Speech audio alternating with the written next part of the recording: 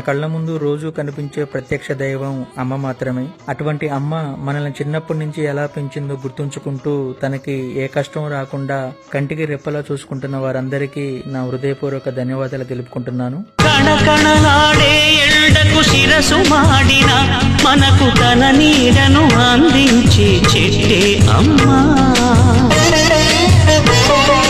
చారెడు నీళ్ళైన తాను దాచు.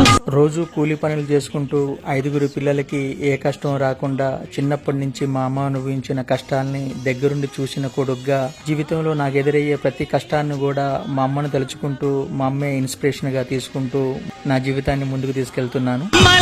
మించిన మా అమ్మకు రుణం తీర్చుకోలేను ఏ జన్మకు.